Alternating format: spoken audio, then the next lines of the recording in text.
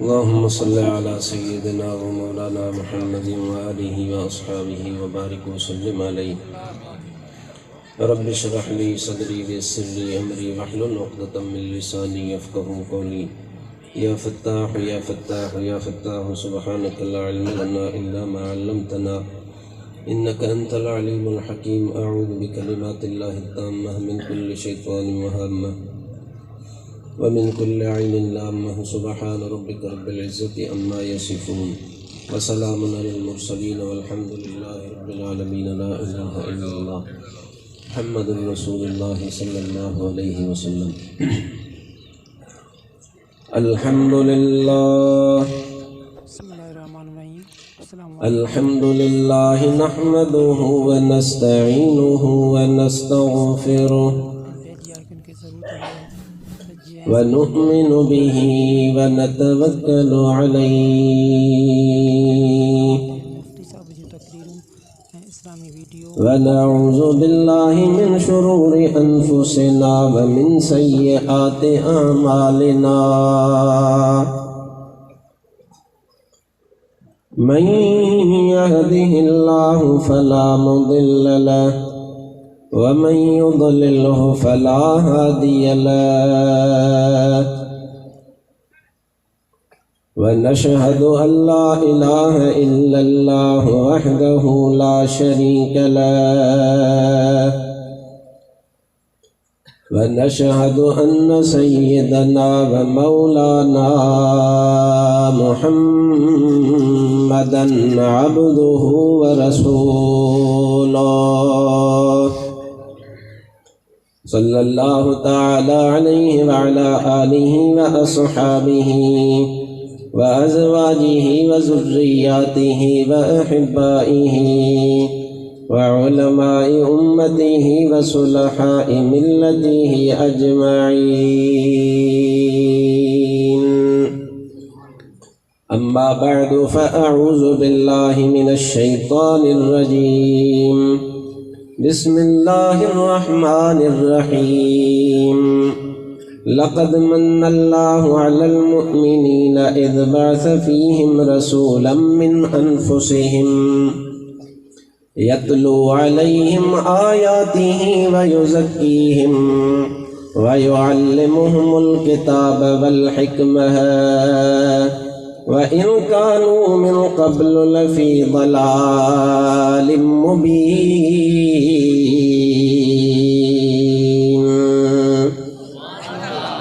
صدق الله مولانا العظيم وصدق رسوله النبي الكريم الأمين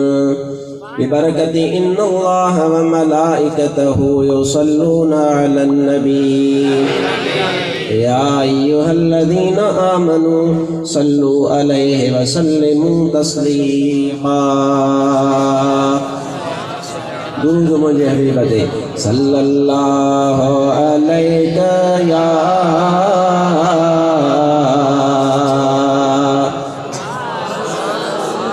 یا رسول اللہ وسلم علیہ یا حبیب اللہ قال آئیو تسیح علیہ وصلی اللہ علیہ یا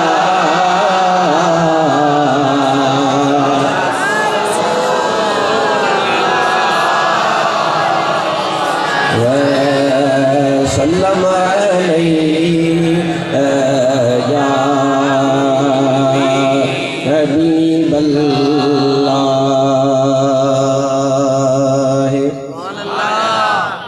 حمد و صلاة खां बाद स्टेज पे मौजूद हजरात उलमाए किराम प्यारी जमाअत सबूरी अस्सलामु अलैकुम व रहमतुल्लाहि व बरकातुहू। माशाअल्लाह ना भतुब खाधो आहे मौलविन सबूरन आलिमन बुजुर्गन दरवेशन जूं तकरीरूं बि ॿुधियूं अथव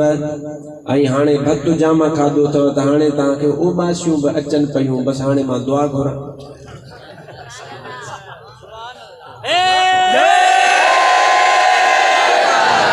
मां अञा तकलीर शुरू ई कान कई आहे, तव्हां अॻे उबासियूं पिया ॾियो। मूंखे त जमायत जो इंतज़ार आहे त मुंहिंजो जमायत आई आहे हिते ऐं इंशा अल्लाह ताला हिननि सां वेहबो मौसम बि भली आहे ऐं इंतज़ाम बि माशा अल्लाह उलमा सगोरनि बुज़ुर्गनि दरवेशनि एतिरो ख़र्चो करायो आहे ऐं ख़र्चो करे तव्हांखे दावत ॾिनी अथऊं माशा अल्लाह। पर तव्हां में मूंखे उहा चुस्ती कान थी ॾिसजे जेका जमायत वारी आहे। वो अलाए बेज़ार कयो आहे मौलविन तव्हांखे नातूं ॿुधाए ॿुधाए ॿुधाए ॿुधाए वो लॻे त ईअं थो को मौलूदी तव्हांजे मथे में के ॻरा हणी छॾियो अलाए छा। बाबा मौलूद ते त तबियत भली थींदी आहे सुस्त कान थींदी आहे। आशिक मुस्तफ़ा जो मीलाद ॿुधंदा आहिनि मौलूद ॿुधंदा आहिनि त वधीक ठरंदा आहिनि। मां तव्हांजी ख़िदमत में मौज़ूअ जे मुनासिबत सां मौसम जे हिसाब सां त टाइम थोरी मिड़े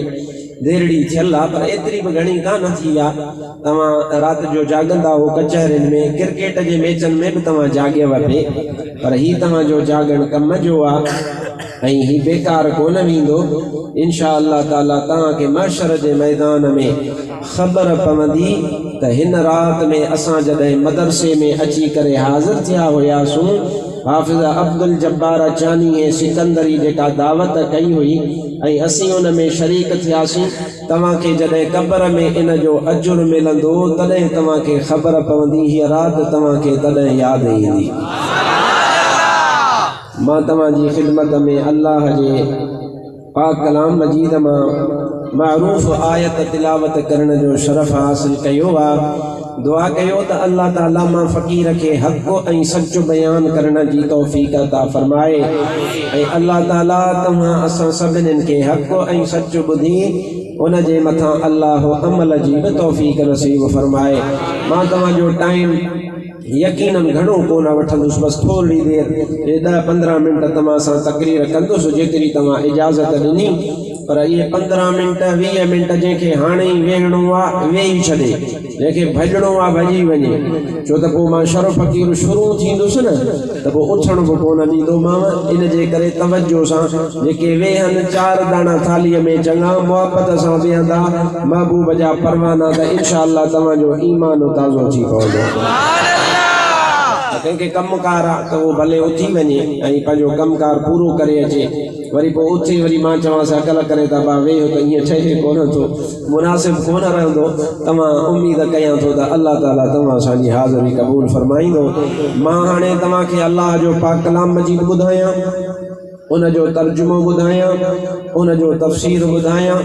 ऐं उन जे मुतालिक़ कुझु ॻाल्हियूं मां सोचे हाज़िर थियो आहियां उहे बि तव्हांजी ख़िदमत में अर्ज़ कयां। पर मां त यको ॻाल्हाईंदुसि पर अॻे वरी तव्हां ॻाल्हाए ॾेखारियो मूंखे ऐं तव्हां दुरूद पढ़ी ॾेखारियो सभई चओ सल्लल्लाहु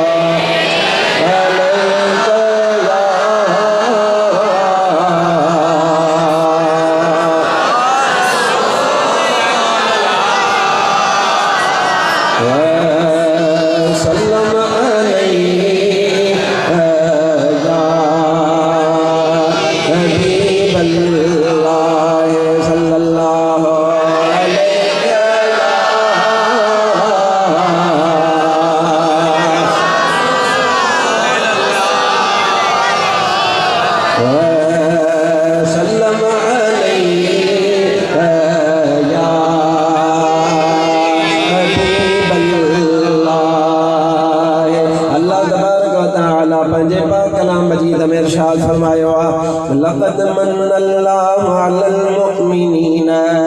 इज़ बअस फ़ीहिम रसूलन मिन अनफुसिहिम यतलू अलैहिम आयातिही व युज़क्कीहिम व युअल्लिमुहुमुल किताब वल हिकमह व इन कानू मिन क़ब्लु लफ़ी ज़लालिम मुबीन।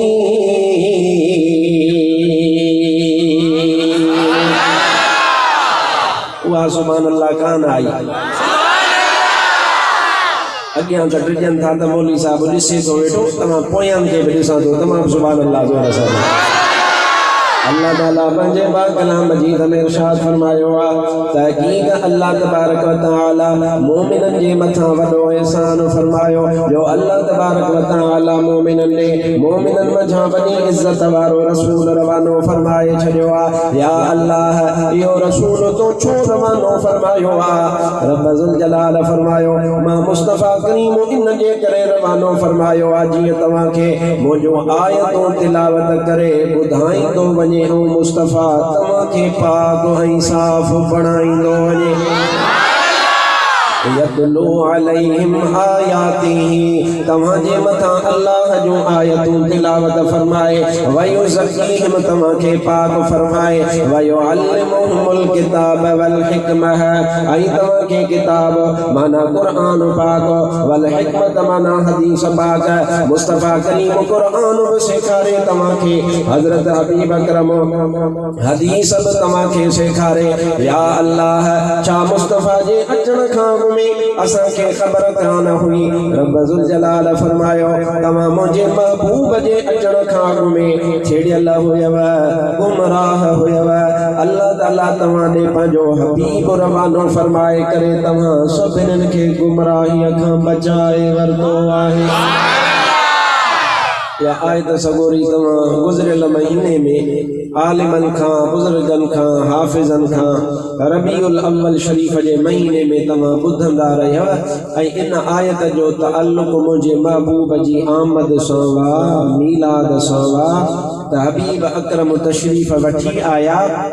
अल्लाह ताला उन एहसान जो जिक्र फरमायो त मुझो हबीब तव्हां दे आयो ऐं मुस्तफा जो मां तव्हां जे मथां एहसान फरमायो तव्हां मुस्तफा जे एहसान के एहसान थोरो मञो था या नथा मञो जेके मञनि था उहे हथ मथे कनि आया घर आमना जे आया घर आमना जे हजरत हबीब आया पहरे नंबर ते तुझा मुझा नसीब आया आया घर आमना जे सब मासा गजी चो आया घर आमना जे हजरत हबीब आया पहरे नंबर ते तुझा मुझा नसीब आया आया घर आमना जे हकीकत में त महबूब ज़ाहिर में अम्मा आमिना वट आया पर ओ एहसान वरी अल्लाह सॼे जहान ते फरमायो थोरो जेॾी महिल लोइन मां चादरनि मां हथ मथे कढी झूमाईंदव न मांखे पक थींदी त तव्हांखे निंड कान थी अचे आया घर आमिना जे आया घर आमिना जे हज़रत हबीब आया पहरे नंबर ते तुझा मुझा नसीब आया आया घर आमिना जे अल्लाह जो हबीब सल्लल्लाहु अलैहि वसल्लम इन जहान में तशरीफ वठी आया अल्लाह तबारक व तआला इरशाद फरमायो मां अल्लाह ताला मोमिनन जे मथा वडो एहसान फरमायो जो वडी इज्जत वारो रसूल रवानो फरमायो या अल्लाह उन हबीब के तो केडी इज्जत अता फरमाई रब जुल जलाल फरमायो आदम पहरे आयो हजरत मूसा पहरे आयो हजरत ईसा पहरे आयो हजरत इलियास पहरे आयो सवा लख नबी तोड़े जो आया पहरे हबीब आयो सभिनन खां आखिर में आ पर आहे वरी सवा लख नबिन जो पगदार सरदार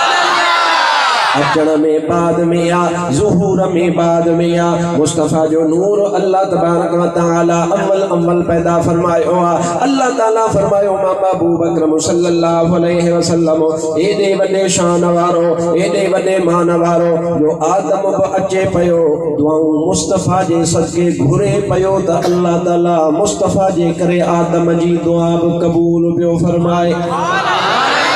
अल्लाह ताला हजरत नूह नबी के वडो मकाम ॾिनो आहे अल्लाह ताला हजरत इब्राहिम नबी के वडो मकाम ॾिनो आहे अल्लाह ताला हजरत मूसा के वडो मकाम ॾिनो आहे अल्लाह ताला हजरत ईसा के वडो मकाम ॾिनो आहे सवा लख नबी हिकड़े पासे पर मिठे मोहम्मद करीम जो मीमो हिकड़े पासे मुस्तफा जो शान वधीक अल्लाह ताला पंहिंजे हबीब खे रवानो फरमायो या अल्लाह तो एहसान कहते कयो आ अल्लाह ताला फरमायो मां एहसान कयो आ त मुमिनन जे मथा कयो आ मुनाफिकन जे मथा को न फरमायो आ अदा जड़े एहसान मुमिनन ते कयो आ त मुस्तफा जे अचण वारो एहसान अजब मञन था त मुमिन मञन था मुनाफिक को न था मञन अज बजे करे तू गौर कंदे ऐं तवज्जो कंदव तमा त तमा ॾिसंदव त महबूब जे अचण ते खुश केर न जो मोमिन ॻाल्हाईंदो लबा केर खुश न ऐं मुनाफिक अॼु ताईं कावड़े अॼु ताईं वीचारा नाराज़ अॼु ताईं वीचारा परेशान आहिनि मां तव्हां खां पुछां थो त अल्लाह कयो एहसान मोमिनन ते ॻाइनि बि मोमिन पिया मञनि बि मोमिन पिया उन थोरे खे उन एहसान खे बाबू महबूब जे अचण ते रब जो शुक्र कजे या नाराज़ थिजे ॻाल्हाईंदा हलो असां मां तमामु हथ तकड़ो कढंदा जेतिरो जल्दी ॻाल्हाईंदो ओतिरो तकड़ो हथ कढंदो बाबा शुक्र कयूं या नाराज़ थियूं शुक्र को तो जमा शुक्र न शुक्र आजकल या बीमारी वही है वधी मता जो सही शुक्र जी तो गाल करे अल्लाह सभिनि खे पनाह में रखे आमीन जो जोर सां बाबा अल्लाह जो शुक्र कबो रब के राज़ी रखबो ऐं अल्लाह ताला के राज़ी कबो जॾहिं रब राज़ी थींदो त अल्लाह ताला राज़ी थिए त पोइ मुंहिंजो अल्लाह उहो आहे जेको कुन फयकून जो मालिक आहे रब महिरबानी फरमाईंदो आहे त दुखड़ा दर्दड़ा मुंहिंजो अल्लाह लाही छॾींदो आहे उन रब खे रिझाइणो ॾुखियो न आहे बल्कि उन मुंहिंजे अल्लाह खे रिझाइणो सवलो आहे अब दुखियो आ कि न सवलो आ तमाम बुधायो ऐ रब रिझाइणो सवलो आ रब रिझाइणो सवलो आ पर पांदुगी जियन में पाए अदा मिलत ई महबूब मोहम्मद परवर के पर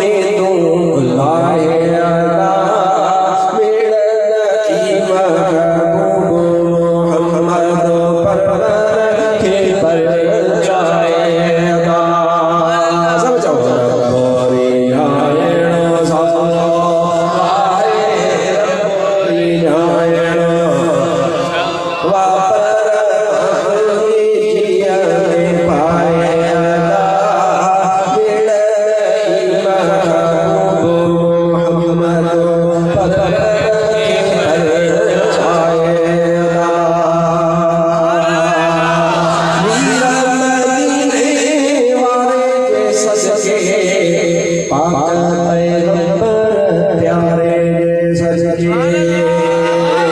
खाले को खामियों ओले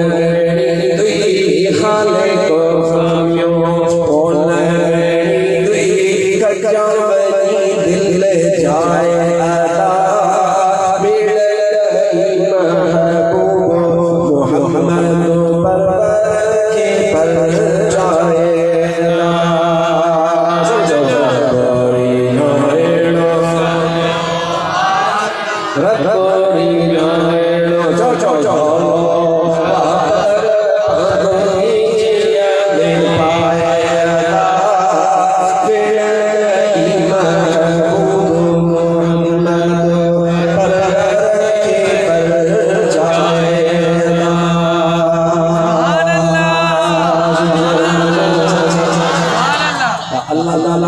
तुझे मुझे मथा एहसान फरमायो अल्लाह ताला एड़ो प्यारो हबीब अदा फरमायो तेन हबीब जे अचण ते अदा खुश थियणो आई तोखे मूंखे उन जो शुक्र अदा करणो पंहिंजे रब ज़ुल जलाल खे विझाइणो पाए बांधो गिचीअ में अंगण जे अचन ले अवगुण ऐं बकचाइयूं ढकण थी ढकजन पोइ तोड़े लख हुजन तब माफ़ियूं जन्मए धरा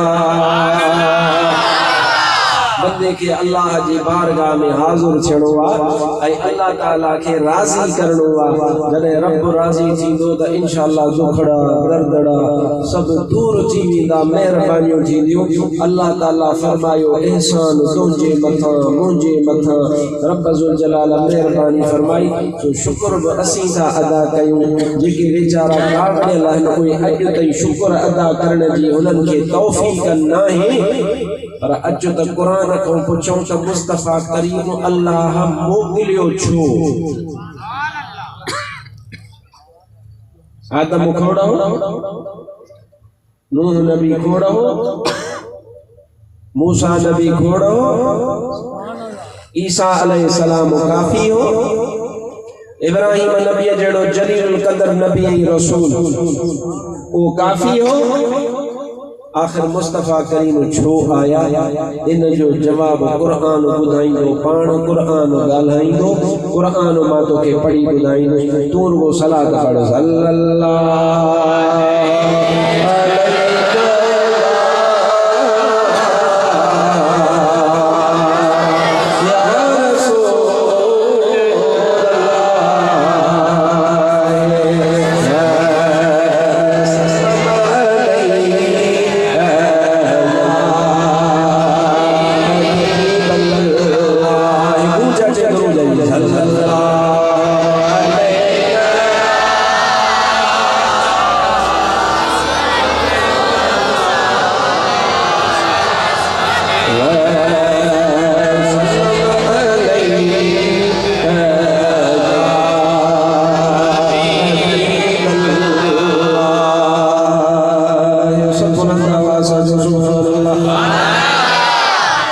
मुस्तफा आया छो उन्हनि जे अचण जो सबब कहिड़ो बेसत छाजे करे थी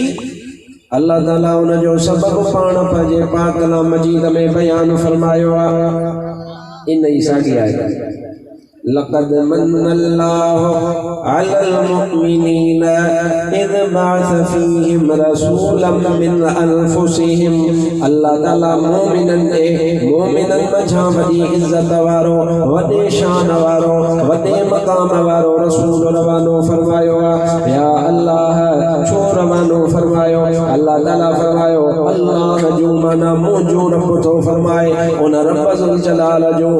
आयतूं तिलावत करे मुस्तफा करीम बुधाइंदो वने वयुअल्लिमुहुल किताब वल हिकमह ऐ हबीब अकरम इन जे करे आया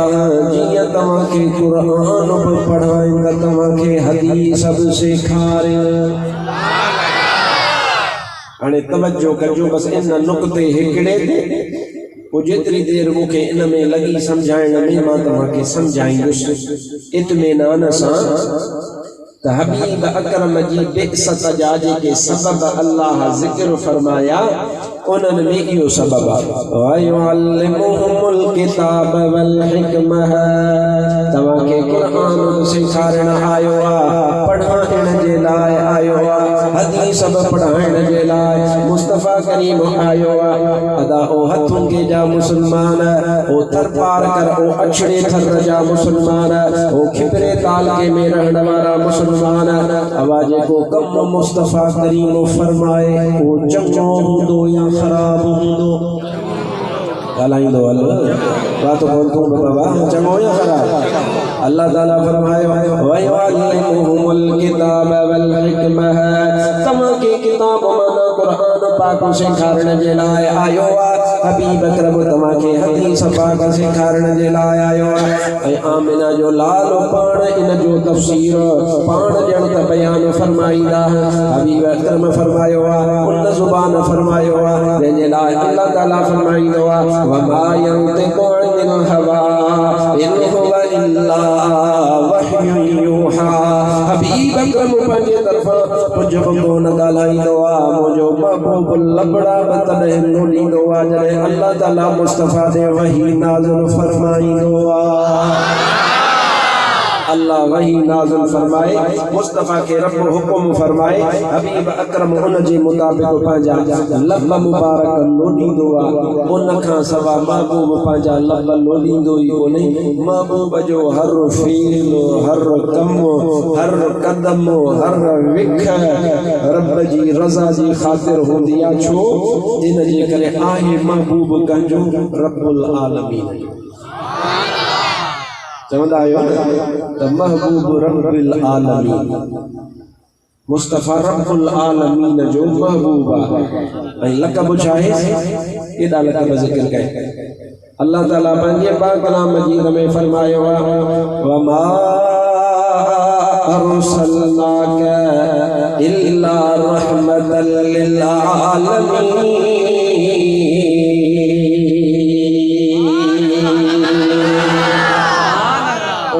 महबूब मां तोखे रहमतल लिल आलमीन नबी बनाए करे रवानो फरमायो मुस्तफ़ा जड़ो शान कंजो बनाई मासूम मौजू ने अचा विच में एक हदीस पाक मुखे याद अची वई आ त आमिना जे लाल सल्लल्लाहु अलैहि व आलिहि वसल्लम जदे पाण हिजरत फरमायो मक्के पाक खां अबा ख़बर अथव महबूब मक्के पाक में रहिया उन खां पोइ अल्लाह ताला हुकुम फरमायो महबूब इन मक्के वारनि तव्हां जो क़दुरु कोन कयो हाणे तव्हां मदीने पाक ॾे हिजरत फरमायो मां ओॾे कोन थो वञा घणो हुन किसे में पर तोखे ख़बर आहे त महबूब सां गॾु इन सफ़र में केरु हो अबू बकर सिद्दीक़ सुणे अबू बकर सां मोहब्बत कंदा हो एगो कंदो हाथ मथे करे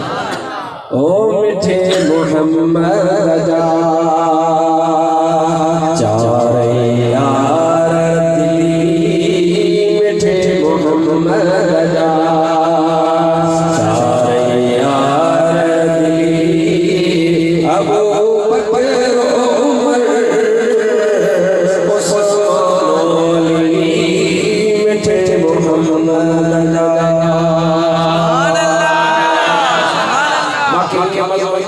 जैसी तेरी माँ भेरो न जा रहा सब जाओ मिठे मोहम्मद जा चार यार मिठे मोहम्मद जा चार यार अबू बकर उमर उस्मान अली मिठे मोहम्मद जा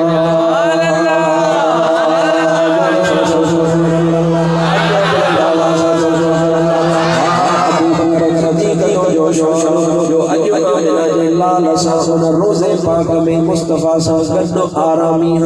अल्लाह जे हबीब जे मथां रहमत जा मींहं वसंदा उहे मुस्तफ़ा जे मथां वसंदो आहे त अबू बकर सिद्दीक़ जे मथां बि रहमत जा मींहं पिया वसंदा इन जवान जो कहिड़ो मां तोखे शान ॿुधायां मुंहिंजी कहिड़ी ज़ुबान आहे उन में कहिड़ी ताक़त आहे जो तोखे अबू बकर सिद्दीक़ जो मक़ाम ॿुधाए सघे बस एतिरो ई खोड़ आहे जो महबूब मदीने वारो पंहिंजी मस्जिद नबवी में आया सैयदना अबू बकर सजे पासे हो,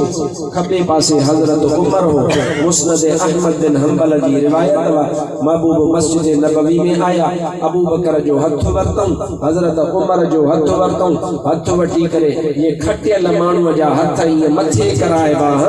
अल्लाह जे हबीब ॿिन्हीअ जा हथ मथे कराया। मथे करे महबूब फरमायो हाकज़ा नुबअसु यौमल क़ियामह। और ॾिसण वारो ॾिसी छॾियो असां क़यामत में हीअं गॾु उथंदासीं। ये खटियल खे हथ मथे कराइबो आहे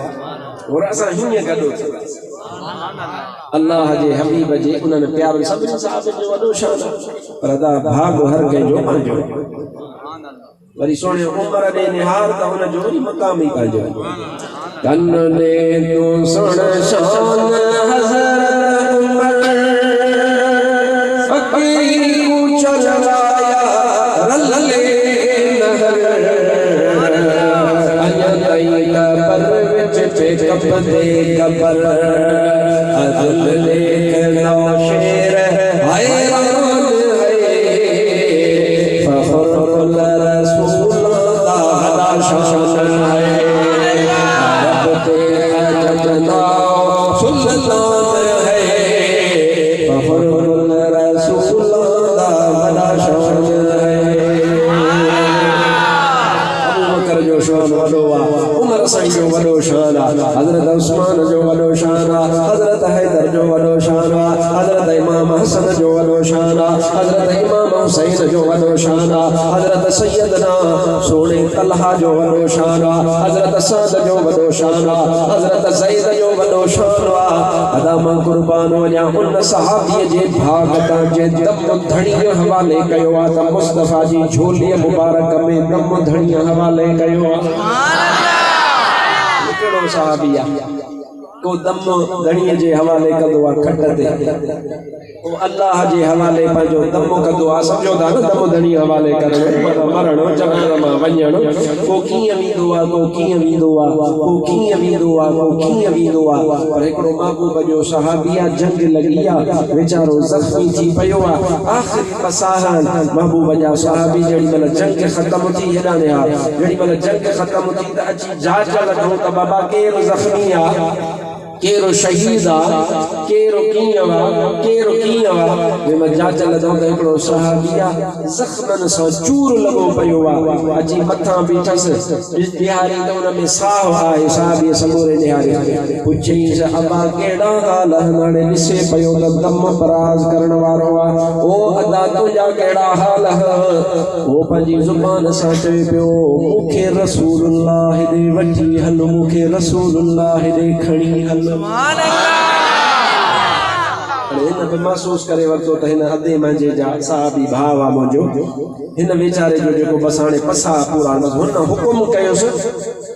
खुज़नी इला रसूलिल्लाह, खण मूंखे रसूलुल्लाह ॾे। उन सहाबीअ सगोरे उन पंहिंजे ॿिए सहाबीअ साथीअ खे खयो आहे। उन सहाबीअ खे खणी अची करे मुंहिंजे महबूब वटां ॾई। अल्लाह जे हबीब फरमायो इनखे सोरिया सोरिया और देकर और देकर। उन सहाबीअ ज़ाहिरिया इंसान आहे, जिस्म आहे, वॾा जिस्म, वॾा दिलेर सहाबी, वॾा जोधा जवान। जेॾी महिल उन सहाबीअ खे वेझो कयो, मुंहिंजे महबूब फरमायो इन जो जेको कंधु आहे, इन जो कंधु मां मोहम्मद करीम जी झोलीअ में रखो। उन सहाबीअ खे मुंहिंजे महबूब पंहिंजी झोलीअ पाक में रखियो त उन मुस्तफ़ा जो दीदार कयो। मुस्तफ़ा ते नज़र पवंदी वई ऐं अल्लाह जे हबीब खे निहारे करे चवे थो ला इलाहा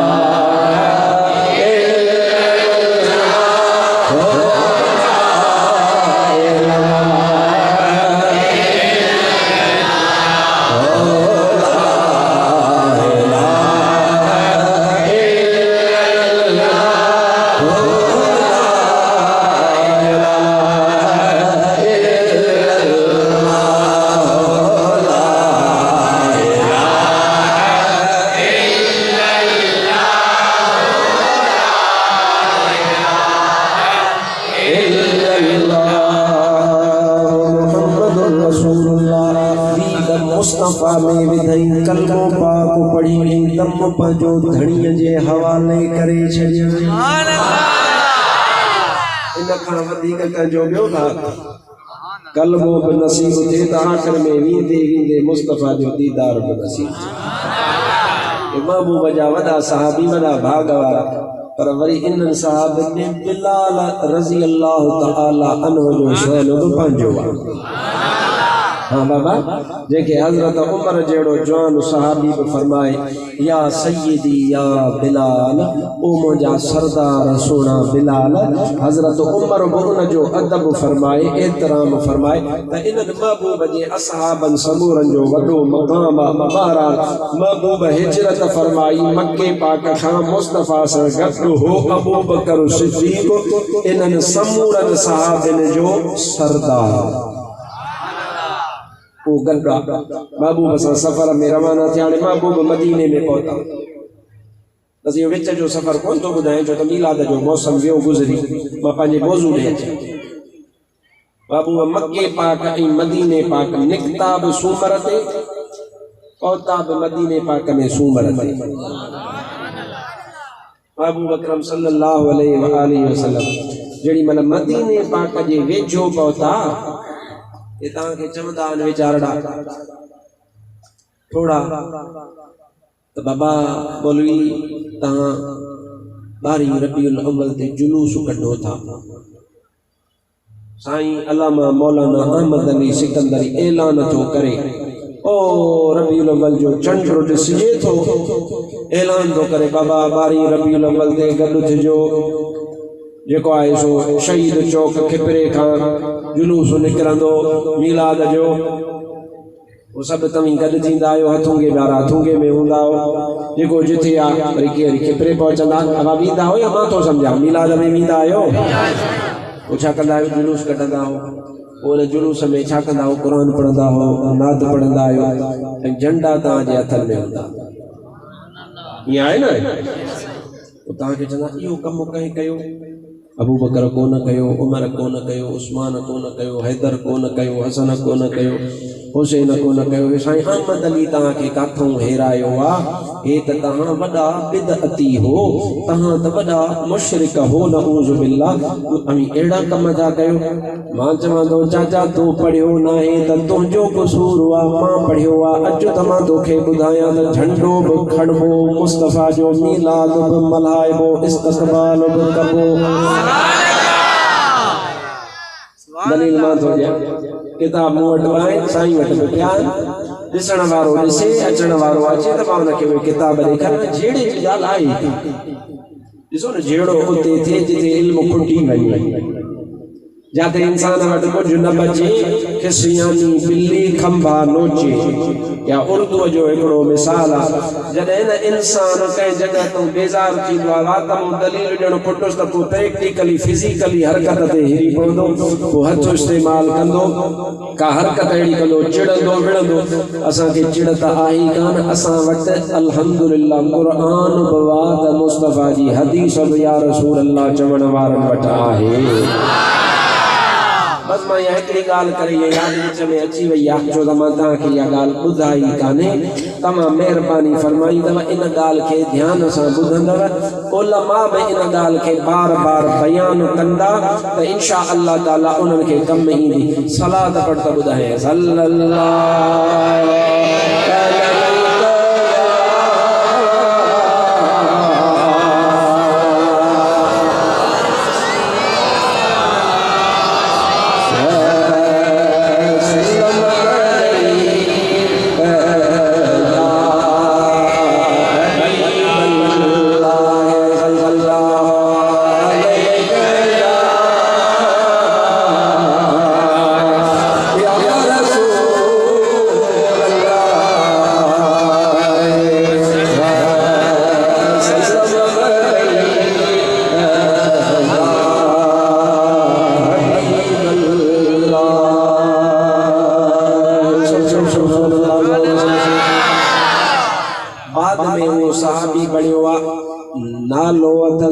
हज़रत बुरैदा अरबन जा नाला मुख्तलिफ कबीलो अथस असलम सदबो व बुरैद बिन हुसैब अल असलम पंहिंजे असलम कबीले जी हिक शाख जो सरदार हो पाड़े जो जड़ी मल महबूब अकरम रवाना थिया मके पाक खां त हिन खे इल्म हुयो अञा मुसलमान कोन थियो हो ही इंतजार में हो अंदाज़ो हुयो त हेतरनि ॾींहंनि में माण्हू फिलाणी मंज़िल ते पुॼंदो आहे हेतिरे वक़्त में फिलाणी मंज़िल ते पुॼंदो आहे जीअं तव्हांखे अंदाज़ो हुजे मौली साहब शाहपुर चाकर मां केॾी महिल निकिते बाबा 5 बजे निकितुसि त तव्हांखे अंदाज़ो थींदो त खिपरे में तक़रीबन 7 ताईं कलाक ॾेढ वठंदो 6:30 पौणा 7 खिपरे में मौलवी साहब अची वेंदो वरी सही हथूंगो बाबा अधु कलाक ॿियो मञो बाबा मौली साहब 7:15 7:30 हथूंगे में पहुची वियो बाबा जलसे में ईंदे 8 तक़रीबन थी विया त तव्हांखे इहो अंदाज़ो आहे त मौलवी सगोरो निकितो केॾी महिल शाहपुर चाकर मां ऐं पहुचंदो केॾी महिल हज़रत बुरैदा खे बि अंदाज़ो हुयो त मुस्तफ़ा करीम मके पाक मां फिलाणे ॾियारे ते तक़रीबन निकिता त मदीने पाक खां अॻु में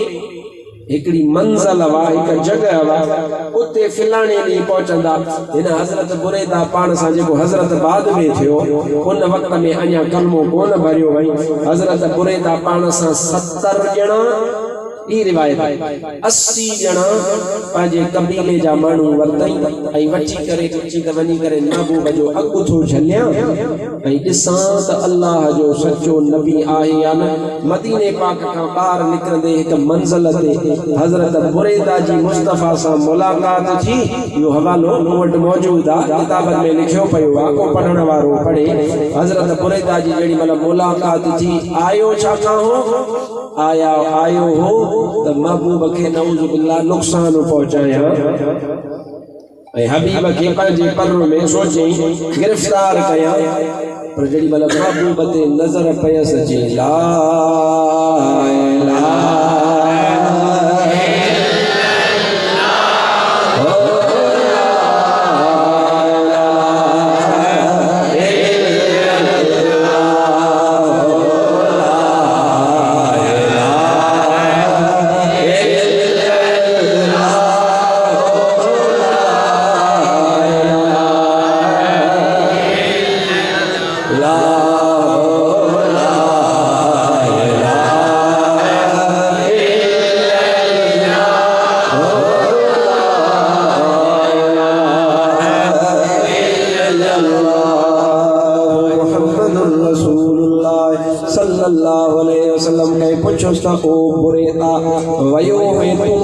गिरफ्तार करण पर थी पाण गिरफ्तार आयो आहीं सबब केड़ो आ हज़रत बुरैदा फरमाए पियो जॾहिं मुस्तफ़ा करीम जो चेहरो मुबारक ॾिठो त मुंहिंजी दिलि मां आवाज़ आयो त हे चेहरो कंहिं कूड़े जो थी कोन थो सघे पक मुहम्मद सचो चेहरो मुबारक ॾिठो त मुंहिंजी दिलि चयो तारफ़्तो फ़इन्नहु लैस बिवजहि कज़्ज़ाबिन हे त कंहिं कूड़े जो चेहरो थी कोन थो सघे पक हज़रत हबीब अकरम सल्लल्लाहु अलैहि व आलिहि वसल्लम सचो आहे हाणे जेॾी महिल कलमो भरे करे महबूब जे साम्हूं हाज़िर थियो त हबीब अकरम सल्लल्लाहु अलैहि व आलिहि वसल्लम दरियाफ़्त फरमायो नालो छा अथई अर्ज़ कई बुरैदा महबूब हज़रत अबू बकर ने निहारे करे फरमायो बरद अमरुना ओ अबू बकर मुबारक हुजे असां जो कम थदो थी वियो सुभान अल्लाह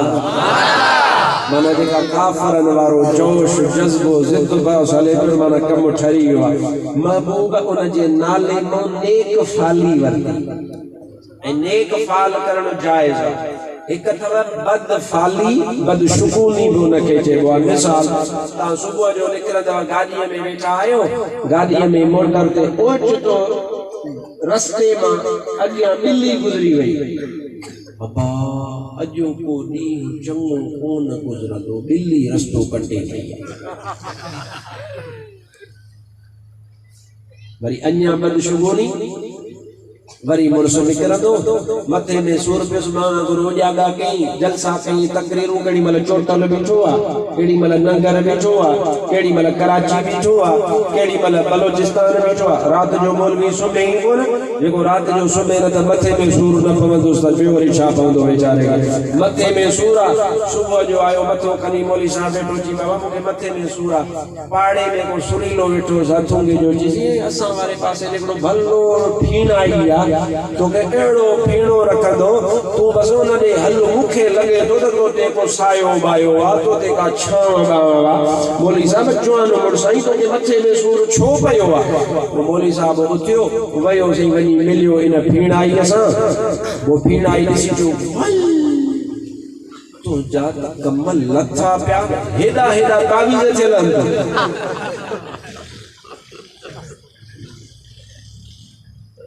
हाँ तावीज़ पोइ कारो बकर खपे उन कारे बकर सां उन जी रत सां तावीज़ लिखबो ऐं मां महसूस कयां ॿी भला बि वरी हमरा कंदो झुंड झुंड करे वरी चवंदो न तुंहिंजे मथां छांव बि आहे बाबा उहा छांव जेका तुंहिंजे मथां जादूगर जी आहे जिन जी आहे देव जी आहे परीअ जी आहे ईअं तुंहिंजो इलाजु कोन थींदो पोइ मां मोटंदुसि ॻोठ में पोइ या मां ॻाल्हि कई हिक सां वल्लूअ सां पोइ वल्लू ॻाल्हि कई टिल्लूअ सां पोइ टिल्लू ॻाल्हि कई कांडेरे सां पोइ कांडेरे ॻाल्हि कई सूफ़ सां सूफ़ ॻाल्हि कई अंब सां तव्हां त सॼो चांदीअ फ़क़ीरनि जो ॻोठ उन फीणाई वटि धू सलाम अलैकुम छो आयो जी मूं ते बि छापा को आहे मुंहिंजे बि मथां छांव आहे मुंहिंजो इलाजु कर हैफ़ मुस्लमान तुंहिंजे हाल ते इहो तुंहिंजो हाल थी वियो आहे जो क़ुरान छुटो हदीस छुटी ज़िक्र छुटो हाणे तुंहिंजे मथां छांव थी थिए देव जी अब तव्हां पाण जिन हो तव्हां ते जिन काॾो असरु कंदो मां चवां थो त मुस्लमान तूं पंहिंजे अक़ीदे ऐं ईमान जो ख़ैर मनाए मदीने वारो मीर तो फरमाए जादूगर ॾे जेको वेंदो आहे अञा घरां निकिरंदो ई कोन्हे निकिरण खां अॻु में हुनजो ईमान चट थी वेंदो आहे उहो काफ़र थी वेंदो अदा मां सच थो चवां इहे आफ़ाल मुल्क में आहिनि या न आहिनि ॿुधो सदाई था पर सागा लाटू सागा चुभ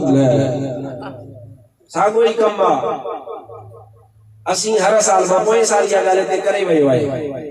तो बाबा ये फीणाई जे चक्कर में न लगो जादूगरन जे चक्कर में न लगो कदे कहते सी फिलाने के ख्वाब आयो ख्वाब में मुझी कब्र हिते छा वरी नई कब्र ठायो भी छा मुसलमान तो जो ईमान किथे आ नाराज तो था थे सच्ची गाल है ना ये थे तो या कौन तो थे तो वजण वारा केर मुसलमान वजण वारा केर ला इलाहा इल्लल्लाह मुहम्मदुर रसूलुल्लाह चवण वारा वजण वारा केर पाण के पीरान पीर जो मुरीद सदाइण वारा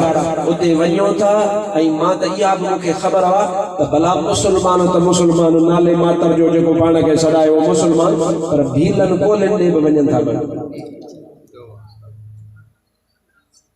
भील कोली तो छा पीड़ो रखंदो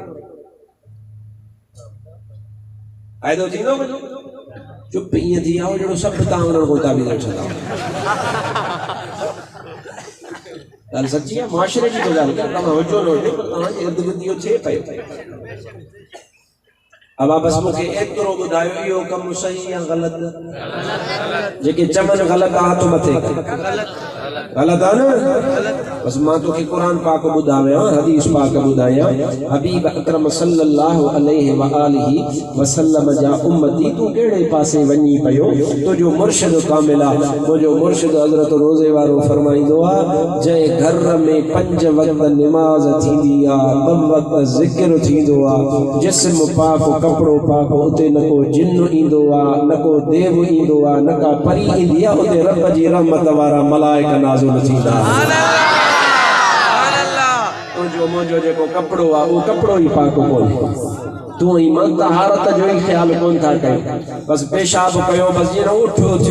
उठो थी करे बस मां जो ये कंदो हलियो बाबा खैर थियो को मसलो ना न को इंसान जिस्म धोतो न को छा उठ वांगुर चदा हणदो हलियो वयो अदा असी मुसलमान आयो असा के महबूब मदीने वारे तहारत सिखारी आ आवाज घर में तहारत कान होंदी उते जिन न ईंदा त बाकी छा ईंदो उते कुफर न पवंदो त बाकी बियो छा पवंदो तू 2 वक्त जिक्र कर 5 वक्त नमाज तो हिलाल जी रोज़ी का सिर्फ 3 कम कर कसम खुदा जो कहे जिन में भी ताकत काने जो तुझे वेझो अचे तू जे घर जे भरसा गुजरी वी ते तो जी बरकत से अल्लाह दिन जे जिनन के भजाए छड़ींदो उन ते मेहरबानी फरमाए छड़ींदो सुभान अल्लाह बदशुगूनी कैसे वो बदशुगूनी वठन बाबा ये रस्ते ता बिल्ली गुजरी वई सुबह सुबह सा उथे फिलाणो मानू मोहे पइजी वयो या बदशुगूनी इस्लाम में या मनो पर वरी इन जे उबतड़ा एकड़ी शे को आवा नेक फाली वरी उआ जायज सुभान अल्लाह सुभान अल्लाह वा नेक फाली जायज मिसाल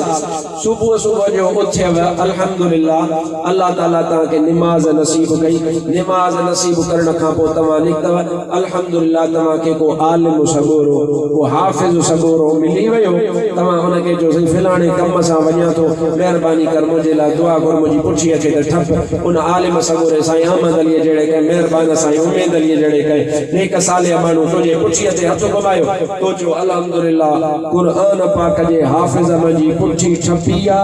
अल्लाह कदो अजमा खाली को न मोटो तो मुझो कम थी विंदो अल्लाह मुझो झोलियो पे भरे छड़ी या जायज या वा नेक फाली बद फाली मनवा शरीयत पाक में त महबूब उन बुरेदा का नालो पुछो गाल याद आले विसरी वई असल मायता गाल कई बुरेदा का महबूब पुछो त नालो चाहते जी बुरेदा महबूब अबू बकर सिद्दीक़ फरमायो बरद अमरुना असा जो कम ठई वयो थदो थियो ए आलिमन के खबर उन जे नाले में महबूब नेक फाली वरती वरी महबूब फरमायो कबीलो केड़ो थई अर्ज की असलम ऐं असलमी आया महबूब अबू बकर सिद्दीक़ ने निहारियो महबूब फरमायो असलम वा सलामती मां ओ अबू बकर मुबारक हो जई सलामती खैर से पहुंचंदा से बस या गाल जी इते खत्म हाने मुझे बाबू फरमाया कलमो त बुरेदा पढ़ी छडियो बाबू फरमाया हलो हलो हाने मदीने पाक ने जागो ब्या हथ मथे करे बुधायो जे जागत था जोर से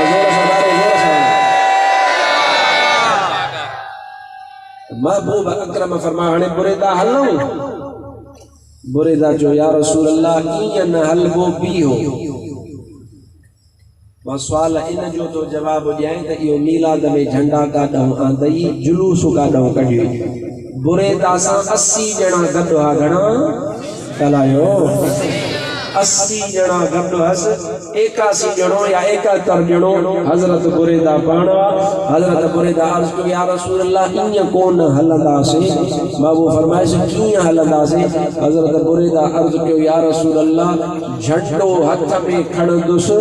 तव्हांजे अॻियां अॻियां हे 80 ॼणा वठी हलंदुसि नारा हणंदा हलंदासीं मदीने पाक में हलंदासीं त ख़बर पए मदीने वारनि खे त ख़ातमुल अंबिया पाण अची वियो महबूब फरमाए झंडे जो इंतजाम किथा कंदे हेडाने हा झंडो किथा अचे जो पाण सा खणदे हजरत बुरेदा जो महबूब के खबर आ पर महबूब सवाल फरमाया त गाल खुले किताबन में लिखे जे फकीर सिकंदरी जेड़ो को फकीर बयान करे ऐ हे मुस्तफा जा परवाना रोजे वारे जा मुरीद मुद्दत पंहिंजो ईमान ताज़ो कर सुभान अल्लाह अबू बकर खबर हबीब अकरम फरमायो त बुरेदा झंडे जो इंतजाम किथा कंदे अर्ज की या रसूल अल्लाह सुभान अल्लाह दस्तार हजरत बुरेदा पंहिंजी दस्तार खोली हिकु वर ॿियो वर टियों वर अरब सगोरा वॾी दस्तार पाईंदा टियों वर चौथों वर पंजों वर जेका पंहिंजी दस्तार हुआ उहा दस्तार मुबारक हजरत बुरेदा खोली उहा खोले करे सैयदना बुरेदा रज़ी अल्लाह ताला अन्हु सां नेज़ो साणो उन नेज़े ते पंहिंजी उहा दस्तार मुबारक ईअं मथे टंगे करे उनखे झंडो बणाई झंडो बनाए करे महबूब खे जी सोना आई जेके पाण सां गॾु 80 ॼणा गॾु हस उन्हनि 80 ॼणनि खे जी तव्हां नारो हणो जी नारो कहिड़ो हणो जी तव्हां सभु चवंदा हलो या मुहम्मद या रसूल अल्लाह चओ या मुहम्मद या रसूल अल्लाह जोर सां चओ या मुहम्मद या रसूल अल्लाह या मुहम्मद या रसूल अल्लाह बुरेदा जे हथ में झंडो या मोहम्मद या रसूल अल्लाह जा झंडा हणदा मुस्तफा के जुलूस जी सूरत में मदीने पाक में गल पाण सां वठी आया सुभान अल्लाह। अब हाणे माके बुधाए झंडो खणणो जायज़ थियो या ना जायज़ थियो जेको अहले सुन्नत व जमात वारो जेको झंडो असी खणूं था पंहिंजे हथ में मीलाद पाक जो मुस्तफा जी आमद वारो जेको झंडो आहे ऐं इहो इन जुलूस जी सूरत में आया जेकॾहिं तूं 12 रबीउल अव्वल ते कितरे शहर में या सद जे कंहिं शहर में गॾु थी त इहो गुनाह कोन्हे महबूब जे सहाबे जी सुन्नत आहे सभई चओ सल्लल्लाहु अलैहि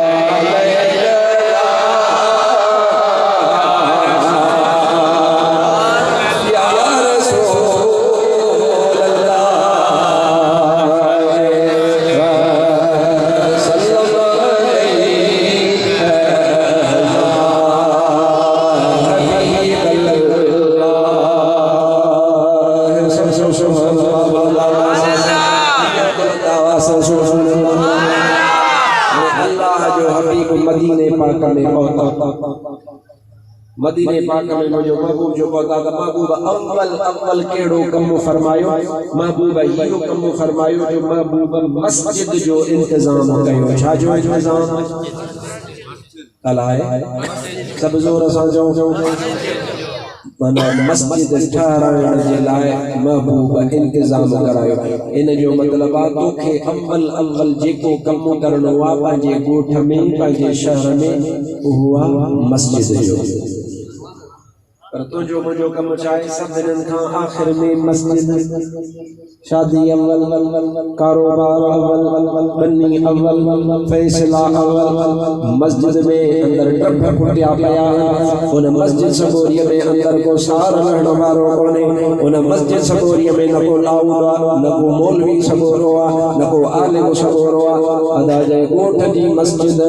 वीरान वा वो गोठ वीरान वा जे गोठ जी मस्जिद आबाद वा तो वो गोठ क़यामत ताईं आबाद मस्जिद जो पंहिंजो आबाद कयो महबूब आया अचण सां पाण दरियाफ़्त फरमायो मस्जिद जे लाइ प्लाट खपे जगह खपे पोइ उन जगह ते जिथे हींअर मस्जिद नबवी ठहियल आहे उते हिकिड़ो ईअं सम्झो त दड़ो हुयो दड़ो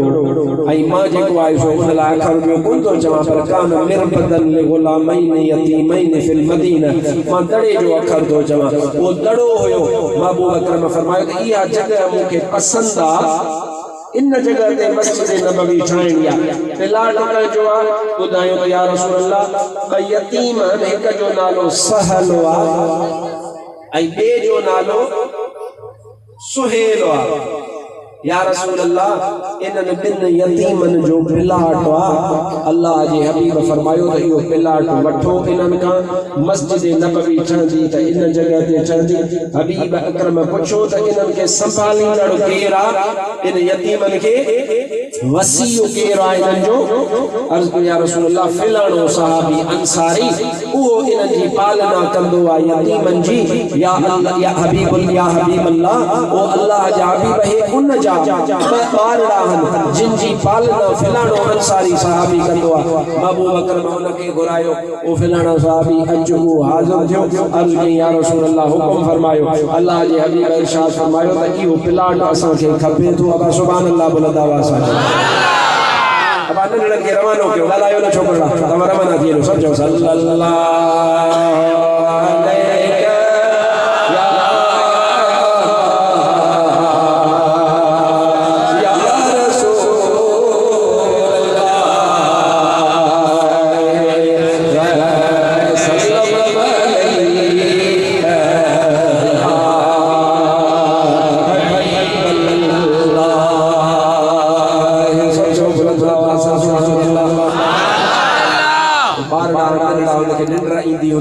काफी थी विया 11 थी विया सियारे जे हिसाब सां गज थी वियो आहे बस हाणे हिते बस था कयूं बाबा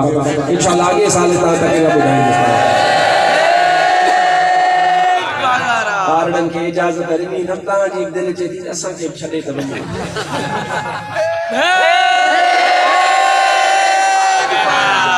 मां किथां थो हथु कढां मसद हथ आया साल में एक दफ़ो तव्हांजे हिन ॻोठ में उतर तव्हांजे में त अचां थो तालके में जाम जलसा थो कयां पर तव्हां त हिन जॻह ते हीअ स्टेज बस साल में हिकु दफ़ो थी मिले फजर ताईं हथ कोन कढंदो मां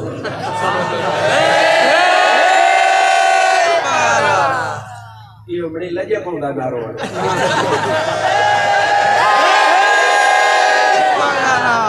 तव्हांजो ख़ैर आहे मां फजर जी तूं ॻाल्हि कयां स्टेज ते वेठलनि जे अखियुनि में पाणी अची वियो परेशान थिया त मौलवी साहब सॼी राति वेहंदो असीं घर बि पहुचणो आहे फ़क़ीराणी को इजाज़त बि वठी आया आहिनि अलाए कोन ख़बर नाहे अब तव्हां त सभु इजाज़त वठी आया हो मूंखे त बाबा ऑल टाइम लाइफ लीव मिलियल आहे त मौलवी साहब तुंहिंजो कमु अहिड़ो आहे तोखे मोकल आहे मां त मोकल वठी निकिरंदो आहियां जेको इंशाअल्लाह वेहंदो महबूब जो चर्चो ॿुधंदो उहो सुभान अल्लाह चवे बस घणी देर तव्हांखे तंगो थो कयां बस 10 मिंट ॿिया इहा मां हदीस पाक पूरी कयां पोइ जेका मूंखे असुल ॻाल्हि करणी आहे उहा ॿुधायां महबूब पुछो कहिड़ो साहबी आयो हाज़िर थियो या रसूल अल्लाह मां ॿिन्ही ग़ुलामनि जी पालना मां कंदो आहियां बस हाणे तवजो फरमायो बाबा तवजो फरमायो साईं मां हबीब फरमायो प्लाट जी क़ीमत ॾिबी ऐं प्लाट खां वठिबो अर्ज़ की या रसूल अल्लाह 80 अमा जा बच्चा अमा जा ॿार अमा जा ही धन दौलत अमा जी असां अमा खे सभु कुझु ॾेई छॾियूं या रसूल अल्लाह तव्हां क़ीमत छो भरींदव महबूब फरमायो न मतां सुभाणे को चवे त महबूब पंहिंजे सहाबनि खां ईअं प्लाट वरितो जॻह वरिती हुननि वीचारनि ईअं ई ॾेई छॾियो क़यामत ताईं माण्हू ॻाल्हियूं कंदा त यतीमनि जो प्लाट महबूब जॻह वरिती हुई महबूब फरमायो मां हिन जहान में यतीमनि खे मुहम्मद करीम ॾियण जे लाइ आयो आहियां वठण जे लाइ कोन आयो आहियां यतीमनि खे त मां नवाज़ण आयो महबूब फरमायो क़ीमत करायो जेका भी क़ीमत आई हुआ क़ीमत करायो महबूब अकरम सल्लल्लाहु अलैहि वसल्लम इरशाद फरमायो त हिन जा पैसा अदा कया वञनि मुख्तलिफ सहाबिया वॾा अमीर अमीर सहाबिया सभिनी अर्ज़ कयो या रसूल अल्लाह 80 पैसा ॾियूं महबूब फरमायो न पर हिकिड़ो सहाबी हो जंहिं अर्ज़ कयो या रसूल अल्लाह मुंहिंजा पैसा महबूब फरमायो हा तुंहिंजा वठो सुभान अल्लाह सभिनी खे महबूब न फरमाई हिक सहाबीअ खे महबूब फरमायो उन अर्ज़ कयो सुबुह 15 दीनार दिरहम या 20 मूंखे भुलो न थिए यादि विसरी वई आहे ज़हन में ॻाल्हि न आहे अंगो केतिरो हो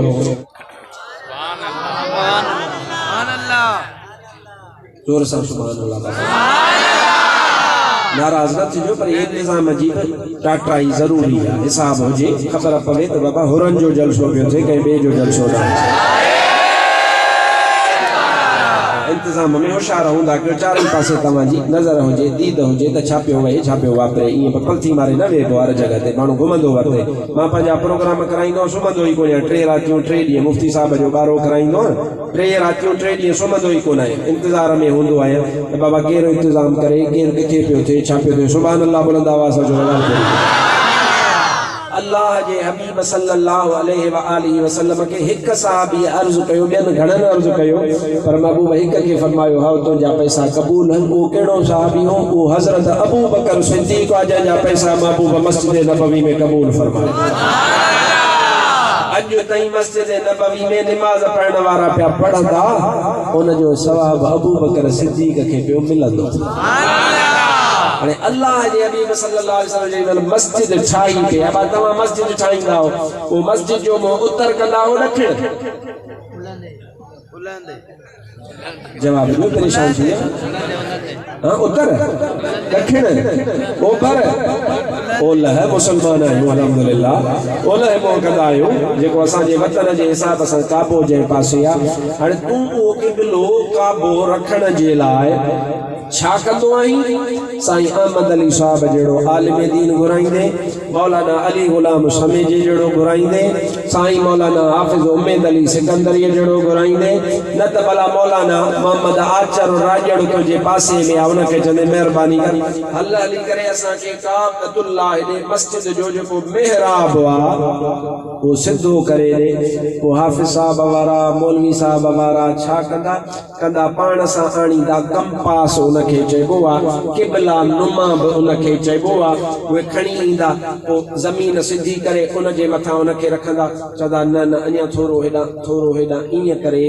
उनखे बीहारींदा बाबा हाणे हिन जी डिग्री ठीक बीठी आहे हाणे मेहराब एॾे थींदो बाबा ईअं ई थींदो आहे या ईअं कोन थींदो आहे ईअं थींदो आहे न पोइ जेॾी महिल प्लाट तोड़े जो हीअं चौरस ठहियल आहे पर लिहाज़ रखबो आहे क़िबले जो वो भले तो जी मस्जिद ओ हीअं ठहे प्लाट में कटिजी वञे अॻे ॾिसण में हीअं चौरस प्लाट सुहिणो पर क़िबले जो हिसाब करे जेॾी महिल मेहराब रखियोसीं त प्लाट तो जो हीअं थी वियो छो त असांखे लिहाज़ अवल क़िबले जो रखणो आहे प्लाट जो न आहे रखणो त घर त आहे कोन त बाबा घर जो नक्शो मटाइबो आहे हे त काबतुल्लाह ॾे मोह कराइणो हाणे तूं कंदो हां ईअं मां कंदो हां ईअं रूए ज़मीन जा मुस्लमान पंहिंजी मस्जिद ईअं ठाहींदा पर महबूब जेॾी महिल पंहिंजी मस्जिद ठाही पे महबूब अकरम सल्लल्लाहु अलैहि वसल्लम इरादो फरमायो त हिन जी मोहर काबतुल्लाह ॾे कयां त अल्लाह ताला जिब्राईल खे रवानो फरमायो ओ जिब्राईल वञो मुंहिंजे महबूब हाणे दिल में इरादो कयो आहे त मोहर मस्जिद जी हुई काबे ॾे करणी आहे हबीब इरादो कयो आहे त काबतुल्लाह ॾे मोहर करायां मेहराब जो बुनियाद ओॾे कयां न का कंपास वा न का क़िबला नुमा वा ओ जिब्राईल वञी करे मक्के मदीने जे विच ते जेतिरा बि जबल ये समूरा जबल खणी छॾ मुंहिंजो महबूब पाण काबे खे ॾिसंदो वञे पंहिंजी मस्जिद जो मोहर उन काबतुल्लाह ॾे कंदो वञे सब जबल विच तो अल्लाह ताला खड़ाए छड़िया हबीब अकरम सल्लल्लाहु अलैहि वसल्लम जी तू कदो हा कंपास जे जरिए हीअं अल्लाह जो हबीब पंहिंजी उन मस्जिद शरीफ में बीह करे हीअं जो न्यार त अल्लाह जे हबीब जे साम्हूं काबतुल्लाह शरीफ बीठो आहे ऐं महबूब ॾिसी करे उन जे मुताबिक़ पंहिंजी मस्जिद शरीफ जी मोहर ऐं मेहराब ऐं रुख उन पासे रखायो आहे या तुंहिंजी मोहताजी या मुंहिंजी मोहताजी आहे जो असां कंपास ऐं क़िबला नुमा जा मोहताज आहियूं मदीने वारो मीर कंहिंजो बि मोहताज कोन्हे मदीने वारे मीर जे दर ते सॼो जहान अची करे पलबो हबीब जो शान आहे त महबूब अकरम कंहिंखां पुछी करे पंहिंजी मस्जिद जो रुख ओॾे कोन कयो हो बल्कि पंहिंजी अखियुनि मुबारकनि सां हबीब अकरम सल्लल्लाहु अलैहि वसल्लम ॾिसी करे उहो पंहिंजी मस्जिद जो रुख ओॾां रखियो हो हाणे अल्लाह जो हबीब सल्लल्लाहु अलैहि वसल्लम आया पर छो आया मां सुवाल इहो पे कयो तोखे ॿुधायूं त मुस्तफा जो शान वॾो आहे उन शान में तोखे मांखे इहा मक़ाम में हदीस ॿुधाइणी आया छो रब फरमायो वयुअल्लिमुहुमुल किताब वल हिकमह महबूब आयो आहे तव्हांखे पढ़ाइण जे लाइ महबूब जो कम महबूब जे उम्मत जा आलिम अॼु ताईं कंदा अचनि था जिन लाइ महबूब फरमायो जेके आलिम उहे मां मुहम्मद करीम जे दीन जा वारिस उहो महबूब इल्म पढ़ाइण जे लाइ आया अॼु बि मदरसा महबूब जी उन विरासत वारी ख़ैरात खे तक़सीम कनि पिया ऐं क़यामत ताईं कंदा रहंदा महबूब पढ़ाइण लाइ वयुअल्लिमुहुमुल किताब वल हिकमह ऐं तूं इमाम ॿार खे क़ुरान पढ़ण लाइ छॾण लाइ तयार न मदरसा खोलिया पिया झर झर झंग हर जगह ते तव्हां ॾिसंदव मदरसा शहर शहर घिटी घिटी करिया करिया बस्ती बस्ती हर जगह ते मदरसो मौजूद आहे पर ॿार पढ़ाइण लाइ को तयार न जे ॿार पढ़ाई 10 12 पढ़ियो जी छॾ पढ़ाईअ खे हल होटल ते हली कमाए खारा अद में पढ़ाई छॾे को क़दुरु कोन्हे अदा तोखे क़दुरु क़ुरान पाक जो नाहे मुंहिंजो महबूब मदीने वारो फरमाईंदो आहे फ़क़ीहुन वाहिदुन अशद्दु अला शैतान मिन अल्फ आबिदिन हिक पासे 1000 आबिद ज़ाहिद नेक सालिह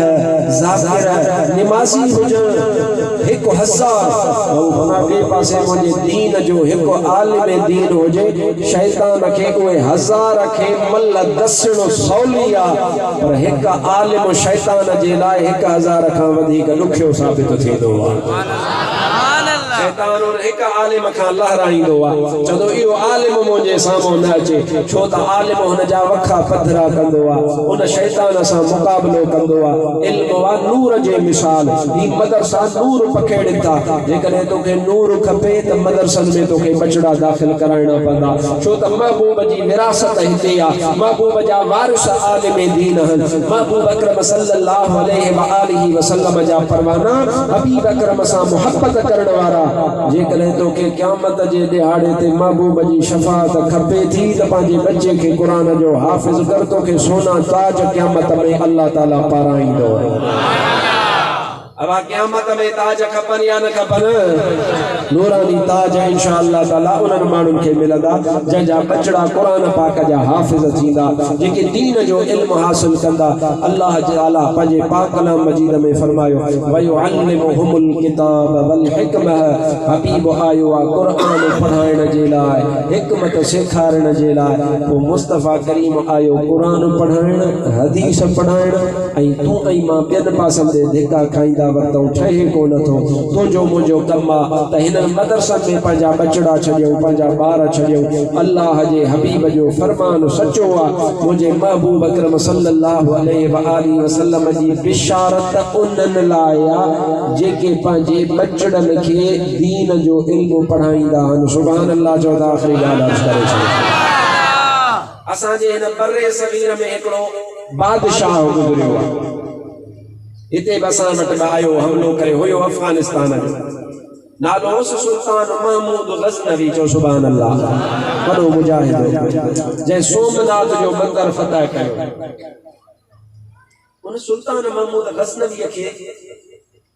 सुवाल हुया हिकिड़ा शक हुया दिल में कहिड़ा हिकिड़ो एतिराज़ ही हुयुसि त क़यामत थींदी अलाए न थींदी ॿियो जी महबूब फरमायो आलिम चमन था त आलिम मुंहिंजा वारिस आहिनि भाई महबूब जी हदीस सुभान अल्लाह आलिम जेके आहिनि उहे मुंहिंजे दीन जा वारिस आहिनि त महमूद जे दिल में ख़्याल हुयो त इहा महबूब जी हदीस बि आहे अलाए मौलवियुनि पंहिंजे शान खां ठाही यानी महबूब जो फरमान सच्चो आहे पर वाकई सच्चो आहे या मौलवियुनि पंहिंजे शान लाइ ठाही आहे त बाबा साहब जो शान हुजे हाणे महमूद जे ज़हन में सुवाल टियों सुवाल कहिड़ो टियों सुवाल इहो त मुंहिंजो वालिद आहे बादशाह नासिरुद्दीन सुबकतगीन उहो मुंहिंजो वाकई वालिद बि आहे या न आहे हाणे टे हिनखे शक आहे हिकु त पंहिंजे वालिद जे बारे में त मुंहिंजे वालिद जो नालो इहो ई आहे या ॿियो आहे ॿियो हुनखे एतिराज़ इहो हुयो शक इहो हुयो त इहे आलिम नबी साईं जे दीन जा वारिस आहिनि या न आहिनि टियों हुनखे एतिराज़ हुयो ऐं शक हुयो त क़यामत थींदी बि या न हाणे इन उणतुण में हूंदो हो त इहे मुंहिंजा सुवाल केरु हल करे इहो बादशाह हिकिड़े ॾियारे ते राति जो पंहिंजे लश्कर सां गॾु सफ़र में वञे पियो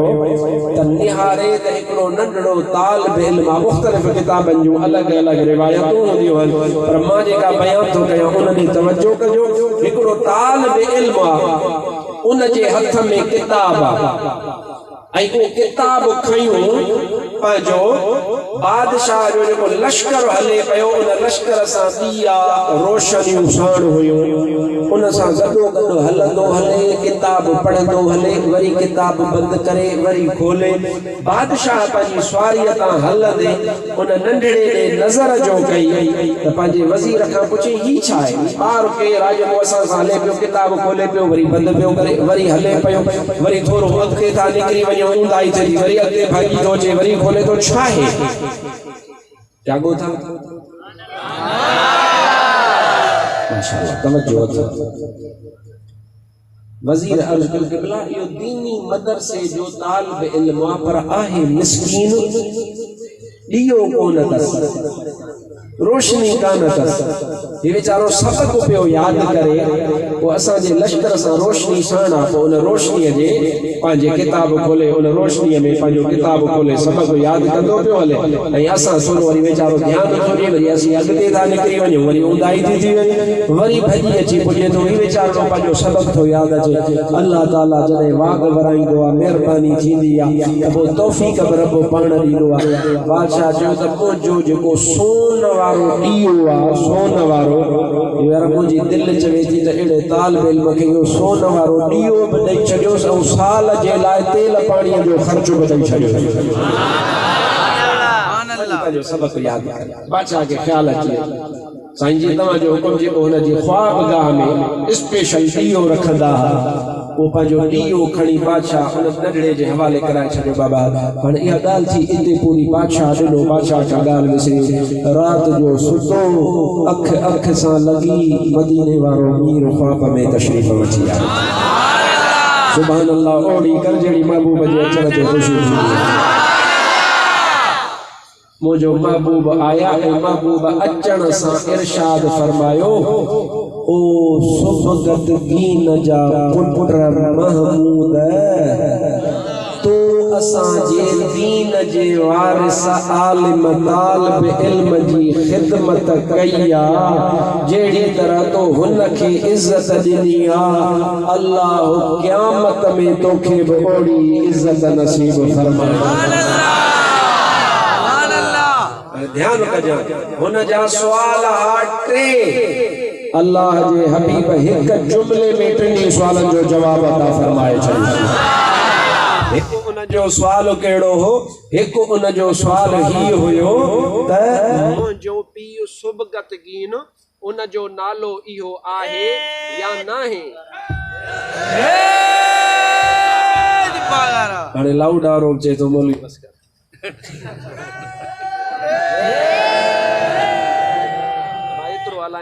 पूरी के सुभान अल्लाह बुलंद आवाज उन जा टे सवाल हुया हिकिड़ो सवाल ही हुयो त मुंहिंजे वालिद जो नालो इहो ई आहे अल्लाह जे हबीब अचण सां इरशाद फरमायो हज़रत हबीब अकरम सल्लल्लाहु अलैहि व आलिहि वसल्लम फरमायो त ओ सुबगत गीन जा पुट इन मां पक थी पई त हिन जे पीउ जो नालो सुबगत गीन हुयो सुभान अल्लाह वरी महबूब ॿियो छा फरमायो हबीब फरमायो तो असां जे दीन जे वारिस जी खिदमत कई आहे ॿियो हिन जो एतिराज़ हो त आलिम वारिस आहिनि या न गैब दान नबी इन जो बि मसइलो हल फरमाए जवाब ॾेई छॾियो ॿियो हुन जो एतिराज़ शक कहिड़ो हो त क़यामत क़ाइम थींदी अलाए न अल्लाह जे हबीब उन जो बि जवाब ॾेई छॾियो त क़यामत बि क़ाइम थींदी ऐं अल्लाह तोखे क़यामत में इज्जत अता फरमाईंदो छाजे करे महबूब मेहरबानी कयस दीन जे तालिब इल्म जी खिदमत जे करे तू ऐं मां मदरसे में केड़ी खिदमत था कयूं वदा तोखे ख़बर वा 5 रुपया ॾियण जे लाइ असीं तैयार न आहियूं कुकड़नि जी मेल ते विञायूं ढकनि जी मेल ते विञायूं ॾींहं में 4 चायूं 40 चायूं पीओ छॾियूं संगत खे सिगरेट जो पाकेट वठी ॾियो छॾियूं पर मदरसे में केरु ॾियण लाइ तैयार न आहे अदा